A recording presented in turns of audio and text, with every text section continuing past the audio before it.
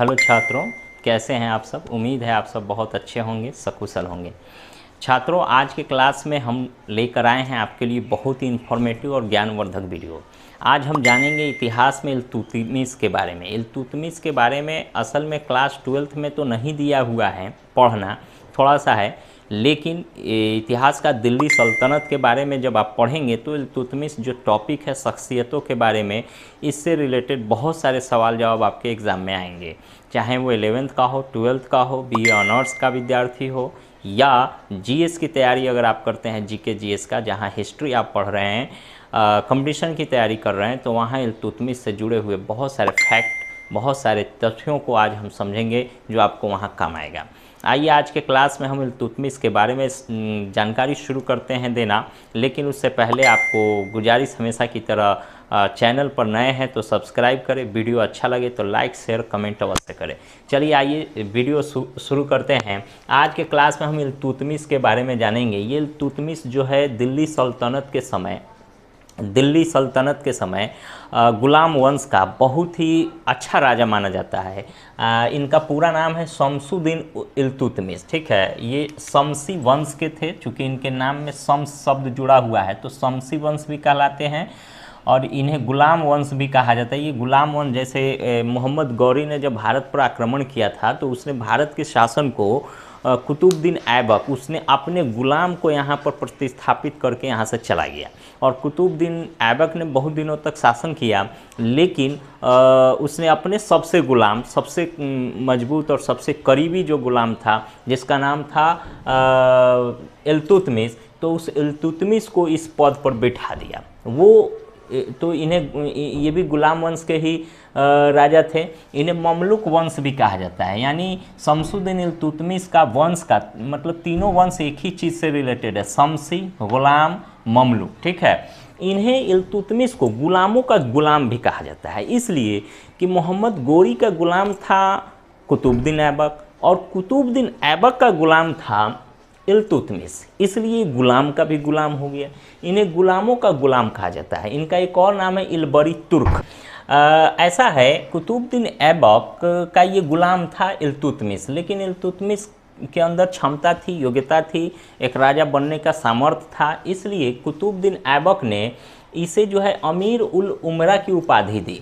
लेकिन यह उपाधि उसे तब मिली जब कुतुबुद्दीन ऐबक की बेटी से इसका विवाह हुआ, यानी इल्तुतमिश जो है कुतुबुद्दीन ऐबक का क्या था, गुलाम था, और उसी गुलाम से बाद में दामाद बन बैठा, यानी कुतुबुद्दीन ऐबक का दामाद भी था कौन, इल्तुतमिश, और इस तरह दामाद बनने के बाद इसको उपाधि मिला अमीर उल उमरा की उपाधि, ठीक है। मोहम्मद गोरी जो था उसका गुलाम था कौन, कुतुबुद्दीन ऐबक, और कुतुबुद्दीन ऐबक का गुलाम था इल्तुतमिश। तो इल्तुतमिश के कार्यों को देख करके मोहम्मद गौरी ने कुतुबुद्दीन ऐबक से ये बात मतलब कही कि इल्तुतमिश को मुक्त कर दिया जाए। इस तरह गुलाम की ज़िंदगी से उसे मुक्त कर दिया गया और बदायूं का राजा, मतलब बदायूं का गवर्नर इसे बना दिया गया इल्तुतमिश को। बाद में बदायूं के गवर्नर रहते हुए, राज्यपाल रहते हुए, या बदायूं का जो सूबेदार कह सकते हैं, गवर्नर राज्यपाल जो भी हो, तो बदायूं का सूबेदार रहते हुए इसे दिल्ली के गद्दी पर भी बैठने का मौका मिला, ठीक है। आराम शाह नाम का एक राजा था, वह भी गुलाम ही था, लेकिन उसे हरा करके इल्तुतमिश दिल्ली की गद्दी को कब्जाया और वहां अपना शासन स्थापित किया। देखिए, इसका शासन 1210 से शुरू होता है, लेकिन रियलिटी 1211 में यह अपना शासन शुरू करता है और 1236 में इसकी मृत्यु हो जाती है। तो लगभग 25 वर्षों तक इल्तुतमिश ने दिल्ली की गद्दी पर शासन किया और बड़ी सफलतापूर्वक शासन किया। इसने बहुत बड़े बड़े कार्य भी किए जिसके लिए इसे याद किया जाता है। इसे दिल्ली सल्तनत का वास्तविक संस्थापक माना जाता है। ऐसे दिल्ली सल्तनत का जो संस्थापक था कुतुबुद्दीन ऐबक था, गुलाम वंश था, लेकिन वास्तविक संस्थापक इल्तुतमिश को माना जाता है, इसलिए कि इसने कुछ ऐसा काम किया था, इसने वो खिल्लत प्राप्त किया था, प्रमाण पत्र बगदाद के सुल्तान से, बगदाद के खलीफा से, महान शासक का, बहुत बड़ा राजा होने का प्रमाण पत्र पाया था, इसलिए यह जो है दिल्ली सल्तनत का वास्तविक संस्थापक माना जाता है। साथ ही साथ इसने दिल्ली के गद्दी पर बैठते वक्त इसने बड़े बड़े सफल विजय अभियानों को भी पूरा किया। साथ ही साथ इसने सिक्के, चांदी के, तांबे के जीतल इत्यादि भी शुरू किए, खतवा भी पढ़वाए, और भी बहुत सारे बड़े बड़े काम किए, जिसकी वजह से इल्तुतमिश को दिल्ली सल्तनत का वास्तविक संस्थापक इतिहासकारों ने कहा है। चलिए आगे बढ़ते हैं। ये बदायूं का सूबेदार था, गवर्नर था, राज्यपाल था, लेकिन जब इसने आराम शाह, उस समय आराम शाह दिल्ली की गद्दी पर बैठा था, तो उस आराम शाह को हरा करके दिल्ली की गद्दी पर कौन बैठ गया? इल्तुतमिश बैठ गया। उसी समय उसको जो है कि दिल्ली की गद्दी पर बैठते हुए इल्तुतमिश अपना साम्राज्य शुरू किया। हालांकि इसके राज्याभिषेक को लेकर के दिल्ली के जो अमीर थे वो इल्तुतमिश के काफ़ी विरोध में था कि इल्तुतमिश योग्य नहीं है, इसे नहीं बनाया जाए, लेकिन कुछ लोगों के सहयोग से यह राजा बना, बहुत आसानी से बन गया राजा। उसके बाद में इसके दो प्रतिद्वंदी थे कि यल्दौज था, एक नसूरुद्दीन कुबाचा था। ये दोनों का इन्होंने इल्तुतमिश ने बड़ी सफलतापूर्वक दमन किया। आइए यल्दौज के बारे में जानते हैं। यल्दौज के साथ तराइन का युद्ध हुआ था। तराइन एक जगह है, ठीक है। तराइन का तीसरा युद्ध हुआ था, तराइन का। तराइन के प्रथम युद्ध 1191 ईस्वी में किए और दूसरा युद्ध जो तराइन का था 1192 ईस्वी में था। तराइन का तीसरा युद्ध 1215 ईस्वी में किया गया, ठीक है। तराइन का तीसरा युद्ध 1215 ईस्वी में यल्दौज के साथ इल्तुतमिश की लड़ाई हुई, और ये यल्दौज जो था गजनी का शासक था। तो गजनी का दावा हमेशा ये रहता था, चाहता था ये यल्दौज की गजनी के हम शासक रहते हुए दिल्ली के भी शासक हैं, इसलिए दिल्ली के गद्दी को हम गजनी में मिला लें। इसलिए इल्तुतमिश ने क्या किया, यल्दौज का दमन कर दिया, यल्दौज को इस युद्ध में पराजित कर दिया, और गजनी पर से जो गजनी का जो दावा था दिल्ली पर, वो हमेशा के लिए ख़त्म हो गया। उसके बाद कोई भी शासक, गजनी के किसी शासक ने दिल्ली पर अपना दावा नहीं ठोका। आगे बढ़ते हैं। एक दूसरा प्रतिद्वंदी था इल्तुतमिश का यल्दौज के बाद, नसीरुद्दीन कुबाचा। ये नसीरुद्दीन कुबाचा जो है लाहौर का शासक था। तो लाहौर का भी दमन करने के लिए नसीरुद्दीन कुबाचा के साथ मानी इल्तुतमिश की 1217 ईस्वी में लड़ाई हुई, और इस लड़ाई में नसीरुद्दीन कुबाचा की हरा दिया गया, उसे बंदी बना लिया गया, और बदायूं जेल में ही इसकी हत्या कर दी गई, नसीरुद्दीन कुबाचा की। इस तरह इल्तुतमिश ने अपने दोनों प्रतिद्वंदी धूर विरोधी यल्दौज और नसीरुद्दीन कुबाचा को रास्ते से पूरी तरह हटा दिया, और गजनी का जो दावा दिल्ली पर आ रहा था वो भी ख़त्म हो गया, और लाहौर का जो परेशानी था इल्तुतमिश ने उसे भी हमेशा के लिए हल कर दिया। अब इसके रास्ते का कांटा पूरी तरह समाप्त हो चुका था। अब यह शासन करना चाहता था, खूब अच्छा से आगे बढ़ना चाहता था, इसलिए अपने साम्राज्य को विकसित करने के लिए, आगे बढ़ाने के लिए इसने कुछ अनुभवी लोगों की टीम तैयार की, जिसमें 40 मंत्रियों की नियुक्ति की, जिसे तुर्कान चिहलगानी भी कहा जाता है, 40 दल भी कहा जाता है, या चरगान भी कहा जाता है। ये 40 लोग वो लोग थे जिसे इल्तुतमिश बहुत मतलब करीब समझता था, घनिष्ठ मित्र के समान इसके साथ खाना, बैठना, उठना, सोना, कहीं आना जाना, हर तरह के चीज़ों पर राय विचार करना, ये 40 लोगों से करता था। 40 लोग ही उन्हें अच्छे और बुरे का माने बात बतलाता था। तो ये 40 दल या चरगान कह सकते हैं। तुर्कान चिहलगानी की शुरुआत किसने की थी? तो इल्तुतमिश ने की थी। अब समझिए आगे हम लोग बढ़ते हैं। इसकी भी लेकिन इसकी स्थापना इल्तुतमिश ने की थी, लेकिन यही चरगान, यही 40 दल इसकी बेटी रजिया सुल्तान के लिए गले का फांस बन गया था।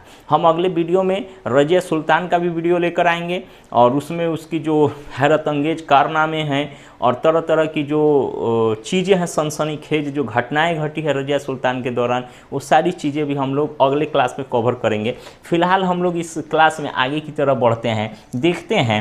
देखिए इस 40 दल की स्थापना कर दिया, अपना विरोधी को ख़त्म कर दिया, बहुत अच्छा से इल्तुतमिश शासन कर रहा था। दिल्ली का नया नया सुल्तान बना था, तो दिल्ली के साम्राज्य को सुदृढ़ीकरण करने के लिए, उसको मजबूती प्रदान करने के लिए वो काम दिन रात लगातार कर रहा था। लेकिन उसके इस कार्य में एक बार बाधा उत्पन्न तब हुआ जब ख्वारिज्म का सम्राट, उसी ख्वारिज्म का सम्राट था जलालुद्दीन मुगबर्नी। तो इसका जो है कि चक्कर चलता था चंगेज खां की बेटी से, और चंगेज खां जो मंगोल का राजा था, बहुत ही बड़ा तानाशाह, बहुत बड़ा शासक था। चंगेज खां का भी आप लोग इतिहास में पढ़े होंगे, या हम कभी वीडियो में चंगेज खां का भी वर्णन लेकर आएंगे। तो चंगेज खां की बेटी से जलालुद्दीन मुगबर्नी का प्रेम प्रसंग का वाकया चल रहा था। चंगेज़ खां को जब यह बात पता चली तो वह हाथ धो के जलालुद्दीन मुकबरनी के पीछे पड़ गया, इसे मारने के लिए, ख़त्म करने के लिए। वह चंगेज़ खां से पीछा छुड़ाने के लिए जलालुद्दीन भागता भागता ख्वारिज़्म से, मंगोलिया से होते हुए भारत पहुंचा और इसने भारत के शासक उस समय इल्तुतमिश से शरण मांगी, लेकिन इल्तुतमिश इसे शरण देने से इसलिए इनकार कर दिया कि चंगेज़ खां ने यह अपने राजदूतों से इल्तुतमिश को कहवाया था कि अगर आपने शरण दिया जलालुद्दीन मुकबरनी को तो हम आपके ऊपर आक्रमण कर देंगे। इल्तुतमिश देखा कि दिल्ली का साम्राज्य अभी अभी शुरुआत हुआ है, अभी हमारी स्थिति उतनी मजबूत नहीं है, अगर हम चंगेज़ खां जैसे बड़े शासक से लड़ेंगे, उलझेंगे तो फिर हमारा शासन समाप्त हो सकता है, हम उससे हार जाएंगे, मतलब उसके लिए खतरा समझा चंगेज़ खां से। इसलिए इल्तुतमिश ने डिप्लोमेटिक व्यवस्था के तहत इसने थोड़ा सा सोच समझ के दूरदर्शी बातों का ध्यान देते हुए इसने जलालुद्दीन मुकबरनी को शरण देने से इनकार कर दिया और इस तरह चंगेज़ खां के आक्रमण से अपने साम्राज्य को बचा लिया। ये घटना 1920 की है, लेकिन जलालुद्दीन मुकबरनी बहुत दिनों तक भारत में छुपा रहा जिधर तिधर, लेकिन 1228 ईस्वी में मुकबरनी यहाँ से चला गया और उसके बाद चंगेज़ खां के आक्रमण से फाइनली दिल्ली सल्तनत बच पाया। अन्यथा 1220 से लेकर 1228 ईस्वी तक जलालुद्दीन मुकबरनी को लेकर के चंगेज़ खां का आक्रमण का डर, दहशत दिल्ली सल्तनत के लिए काले साए की तरह मंडरा रहा था, लेकिन बहरहाल यह समाप्त हो गया। आगे देखते हैं, इल्तुतमिश ने कुछ ऐसे बड़े बड़े विजय अभियान भी किए हैं जिस अभियान को लेकर के इल्तुतमिश की प्रशंसा होती है। आइए उस विजय अभियानों को देखते हैं। 1226 ईस्वी में उसने रणथंभौर का किला जीता था। 1227 ईस्वी में परमाणु की राजधानी जो मंदौर थी उस पर उसने अपना कब्जा कर लिया। इस तरह दिल्ली सल्तनत का साम्राज्य और वृद्धि हुआ और विकास किया। तीसरा, 1227 ईस्वी में मेवाड़ के जो जयद्रथ सिंह था, मेवाड़ का जयद्रथ सिंह, उससे युद्ध जब हुई 1227 में, लेकिन इस युद्ध में इल्तुतमिश की हार हो गई, यह असफल हो गया था, जयद्रथ सिंह की विजय प्राप्त हुई थी। ठीक है। उसके बाद 1231 ईस्वी में ग्वालियर के मंगलदेव, ग्वालियर के किला के जो राजा थे मंगलदेव, उसके साथ युद्ध हुआ और उस युद्ध में मंगलदेव को पराजित कर दिया। किसने? इल्तुतमिश ने। यह युद्ध बहुत ही इंपॉर्टेंट माना जाता है 1231 को लेकर के। 1231 के इस युद्ध में मंगलदेव को जब पराजित किया इल्तुतमिश, तो उस युद्ध में ग्वालियर के किले पर जब लड़ा गया तो उस युद्ध में रजिया सुल्तान, जो उसकी बेटी थी, जो कि बाद में सुल्तान भी बनी और भारत की पहली महिला मुस्लिम सुल्तान बनने का खिताब इसके नाम है, तो रजिया सुल्तान भी इस युद्ध में, इस विजय अभियान में इल्तुतमिश के साथ थी और रजिया सुल्तान को भी सैन्य अभियानों की जानकारी यहीं से होती है। इल्तुतमिश के साथ रहते हुए किस तरह युद्ध किया जाता है, किस तरह विजय अभियान, ये सारी चीज़ें रजिया सुल्तान को सिखाते थे, क्योंकि जानते थे कि इल्तुतमिश जानता था कि आने वाले समय में मेरा बेटा जो है सारा का सारा नालायक है, हो सकता है वो सारे मेरे बेटे आपस में लड़ बैठे और शासन को अच्छा से नहीं ले जाए। वही हुआ भी, उसका अंदेशा भी सही था। रजिया सुल्तान जो है बाद में शासिका बनी। खैर इसके लिए भी बहुत सारी, यही चरगान जो थे, चालीसा दल ने पूरा एकदम रजिया सुल्तान के विपरीत में षड्यंत्र रच दिया, साजिश रच दिया, उसी का शिकार होकर रजिया सुल्तान की हत्या भी होती है। उसकी भी चर्चा हम लोग अगले क्लास में करेंगे। आगे देखते हैं, 1233 ईस्वी में इल्तुतमिश ने चंदेलों के विरुद्ध विद्रोह किया और उस विद्रोह में चंदेलों को भी हरा करके उसकी भी सत्ता को, उसके भी शासन को हथिया के दिल्ली सल्तनत का और विस्तार कर दिया। फिर 1234 से 1235 तक दो जगहों पर इसने अपने अभियान शुरू किए, उज्जैन में और भीलसा। ये पंजाब के तरफ पड़ता है, उज्जैन मध्य प्रदेश के तरफ पड़ता है। ये दोनों पर उसने अपने विजय अभियान किया और इसको भी जीत लिया। देखिए इतने बड़े बड़े अभियान करके ये जो दिल्ली सल्तनत, सुल्तान इल्तुतमिश था, शमसुद्दीन इल्तुतमिश, अपने आप को एक स्थापित शक्तिशाली सम्राट के रूप में स्थापित कर चुका था। लेकिन इसको मान्यता जो है 1229 ईस्वी में तब मिला। 1229 ईस्वी में इसे उस समय का नियम था कि कोई भी सुल्तान सम्राट तब बनता है जब उसको लिखित प्रमाण पत्र या कुछ लोगों के समूह द्वारा उसे निश्चित तौर से राजा मान लिया जाता है। तो उस प्रमाण पत्र की, जिसको खिल्लत कहते हैं, इसकी आवश्यकता थी। तो बगदाद के जो खलीफा थे, बगदाद के खलीफा, उन लोगों ने, बगदाद के खलीफा लोगों ने इल्तुतमिश के पराक्रम को, इस कार्यों को देख करके खुश हुआ और एक खलअत दिया। है ना, खलियत दिया। खलियत का मतलब होता है प्रमाण पत्र दिया, सर्टिफिकेट दिया, प्रमाण पत्र।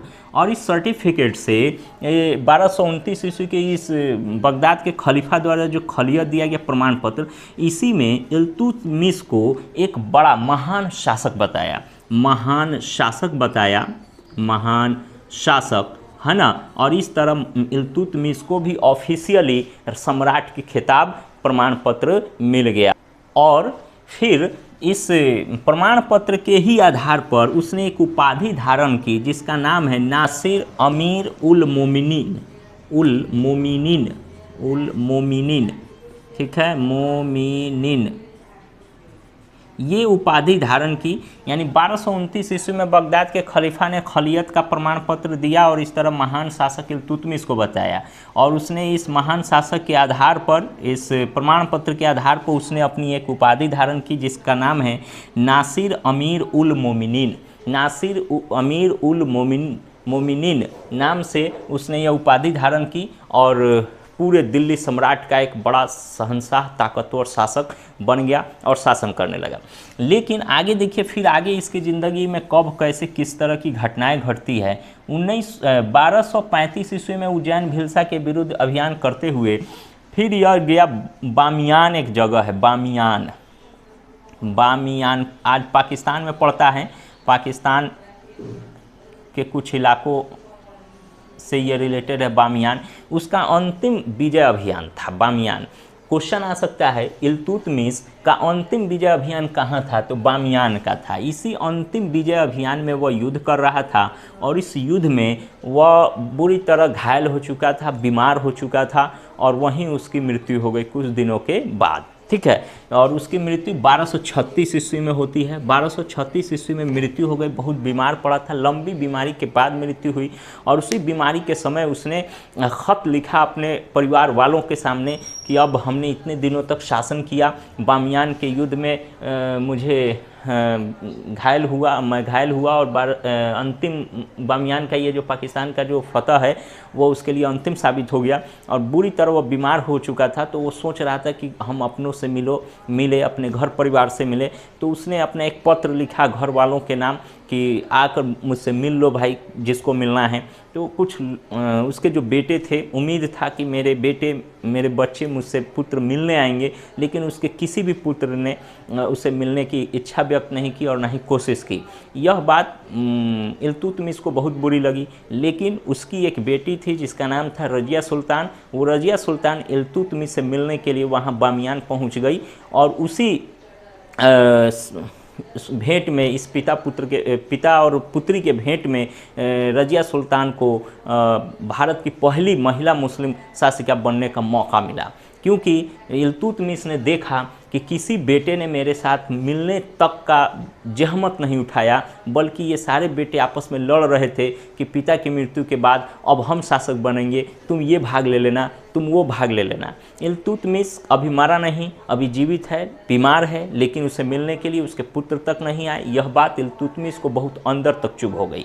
इसी को लेकर के इल्तुतमिश ने ये निर्णय किया उसी समय कि मेरे किसी भी बेटे को हम अपना साम्राज्य नहीं देंगे और वह राजा बनने के योग्य नहीं है। उसने अपना एक राजपत्र निकाला, जो राजा तो था ही इल्तुतमिश, वह लिख दिया एक लेटर पर कि ये रजिया सुल्तान जो है मेरी बेटी आने वाले समय में मेरे बाद शासिका बनेगी। तो 1236 में उसकी मृत्यु होती है और रजिया सुल्तान 1236 ईस्वी में राजा बनती है, मतलब शासिका बनती है। और 1240 ईस्वी में उसकी मृत्यु हो जाती है हरियाणा के कैथल नामक जगह पर। उसके आप वीडियो रजिया सुल्तान का हम बाद में लेकर आएंगे, जिसका चर्चा हम करेंगे। तो ये आपने देखा इल्तुतमिश किस तरह कैसे कैसे क्या क्या काम किया, क्या क्या विजय अभियान किया, कैसे उसकी मृत्यु हुई है, क्या हुआ। इसके कुछ हम इम्पोर्टेंट कार्यों को भी समझ लेते हैं। उसने राजा रहते हुए क्या महत्वपूर्ण काम किया जिसके लिए उसे याद किया जाता है। हम बोर्ड साफ कर देते हैं ताकि यहाँ पर लिखने में सहूलियत हो सके, ठीक है। आगे देखते हैं। ये जो इल्तुतमिश था, शमसुद्दीन इल्तुतमिश ने कुछ प्रमुख कार्य भी करवाए। उसके जो द्वारा किए गए प्रमुख कार्य क्या क्या थे। 1229 ईस्वी में जब बगदाद के खलीफाओं ने इसे उपाधि दी तो इसने सुल्तान आज़म की उपाधि धारण की, ठीक है। सुल्तान उपाधि का मतलब, सुल्तान आज़म का मतलब महान शासक ये बन गया, बहुत बड़ा सम्राट बन गया। और इसने सम्राट के तौर पर कई कार्य अच्छे अच्छे किए, जैसे चांदी का टंका जारी किया गया, चांदी के जो और तांबे के इसने सिक्के चलवाए अपने नाम से, शुद्ध अरबी में सिक्के। ये भी क्वेश्चन है, दिल्ली सल्तनत का पहला सुल्तान कौन है जिसने शुद्ध अरबी के सिक्के चलाए? तो इल्तुतमिश। शुद्ध अरबी के सिक्के यानी उसमें अरबी लिखी हुई चीज़ें थी, ठीक है। शुद्ध अरबी के सिक्के चलाने वाला पहला दिल्ली सुल्तान कौन था? इल्तुतमिश। उसने साथ ही साथ चांदी का टंका भी चलाया, तांबे का जीतल भी चलाया, और तीसरा जो महत्वपूर्ण काम था वो कुतुब मीनार का काम पूर्ण करवाया। पूर्ण करवाया मतलब कुतुबुद्दीन ऐबक जो था उसने कुतुब मीनार की शुरुआत की थी, लेकिन अधूरा काम छोड़कर वह चला गया। बाद में इल्तुतमिश ने ही उस कुतुब मीनार के काम जो आधा अधूरा पड़ा था उसको पूरा करवाया, ठीक है। आगे देखते हैं, उसने चौथा जो काम किया, इक्ता प्रणाली। ये इक्ता प्रणाली क्या है? उसने अपने फौजों को, अपने बड़े बड़े अधिकारियों को नगद वेतन देने के जगह पर जागीर के तौर पर भूमि के रूप में एक बड़े बड़े हिस्से प्रॉपर्टी के रूप में दे दिया जाता था और उसकी देखभाल वो करता था, ठीक है। इसी प्रणाली को इक्ता प्रणाली कहते हैं। जैसे मान लेते हैं कोई गांव का कोई छोटा राजा बना दिया, वहाँ से जो भी रेवेन्यू कलेक्ट हो रहा है वो इल्तुतमिश के खजाने में आ रहा है और उसका हिस्सा भी उसको मिल रहा है लगातार, ठीक है। तो इस प्रणाली को इक्ता प्रणाली कहते हैं।